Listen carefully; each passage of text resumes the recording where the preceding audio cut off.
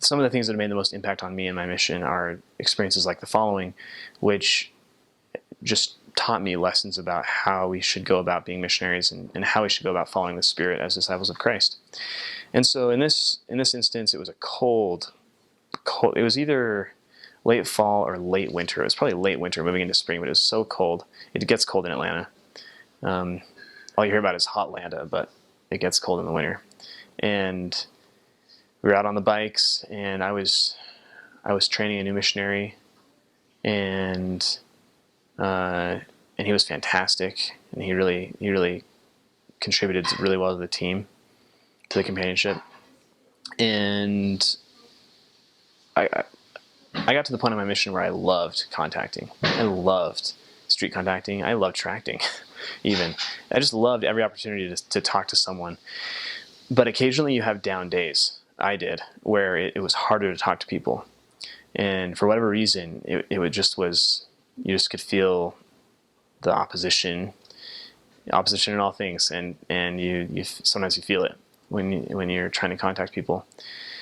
We saw a man across the street, on the other side of the street, and you try to talk to everyone, but in this case, I really felt like, go talk to him.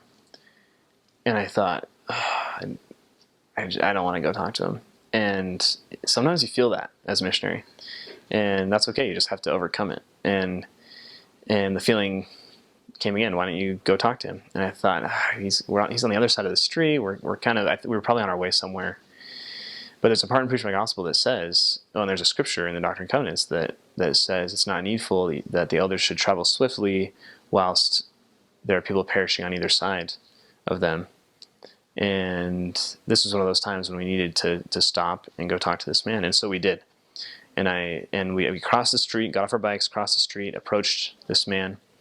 And when he saw us, he was really happy to see us. In my mission, when I was there, it's probably still happening. We were instructed to always carry a blue copy of the Book of Mormon in our hand, always. So if we were on the bikes, it would fit in my pocket, and you'd get off the bike, take it out of your pocket or your backpack, wherever. As soon as you were off the bike, you had to have it in your hand, always. And so we had it in our hands as we approached this man. And you can imagine it makes it so much easier to contact people if you already have the Book of Mormon in your hand, because then they say, oh, what's that? And you tell them, or you just have it available, ready to tell them. He saw that we had the Book of Mormon, and he said, I'm sure we offered it to him, and he said, he was overjoyed, and he said, I have been waiting for years. He said 2 or 3 years to get this book.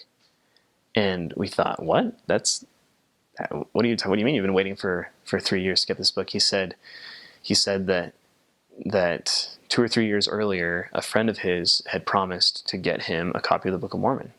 And he was very interested in knowing what it had to say. Well, the friend didn't get around to it, and they got separated, went different ways in their lives, and he had lost contact with this friend. And he was overjoyed that we were there to give him a copy of the Book of Mormon. And we were ecstatic to find such a great investigator.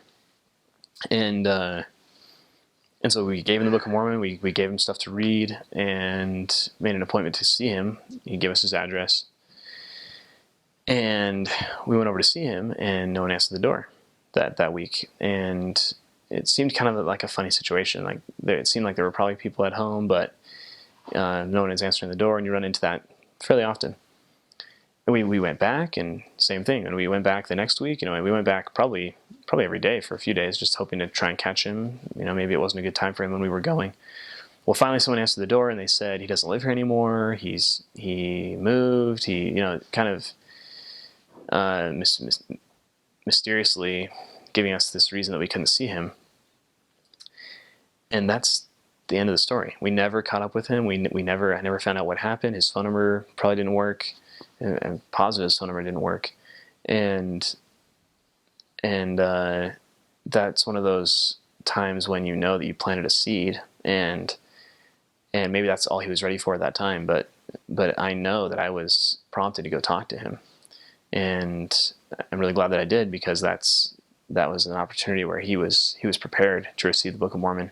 And I look forward to finding out what happened to him. And even if that's in the next life, I look forward to reuniting with him and asking him how it went, and if what difference the gospel had made for him, because I believe that no effort is wasted. And even in a time like that where you don't see the results, you know that you're being guided. You can feel it, and you know that the Lord needed you to be there for that individual at that time.